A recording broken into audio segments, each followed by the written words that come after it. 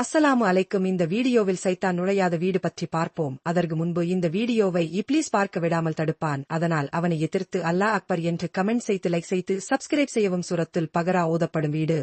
நபி அவர்கள் கூறினார்கள், சூரத்துல் பகரா ஓதப்படும் வீட்டில் சைத்தான் நுழைய மாட்டான். முஸ்லிம். தினமும் அல்லது அடிக்கடி சூரத்துல் பகரா ஓதப்படும் வீட்டில் சைத்தான் தூரமாக ஓடிவிடுவான். 2. அல்லாஹ் நினைவு திக்ர் நிறைந்த வீடு. நபி அவர்கள் கூறினார்கள், அல்லாஹ் நினைவில்லாத வீடு கப்ரை போலாகும். தஸ்பீர், தஹ்லீல், தக்பீர், துஆ இவைகள் இருக்கும் வீட்டில் சைத்தான் தங்க மாட்டான். 3. நுழையும் போதும் சாப்பிடும் போதும் பிஸ்மில்லா சொல்லும் வீடு.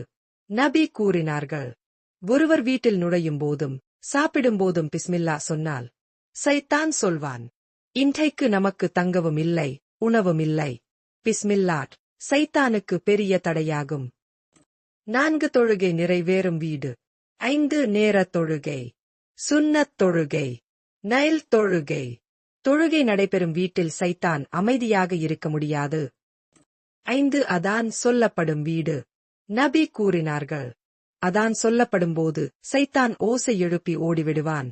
வீட்டில் அதான் சொல்லுவது மிகப்பெரிய பாதுகாப்பு.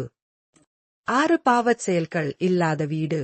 இசை, அசிங்கம், அநியாயம், தீய வார்த்தைகள், சண்டை, கோபம் இவை சைத்தானின் பிடித்த இடங்கள்.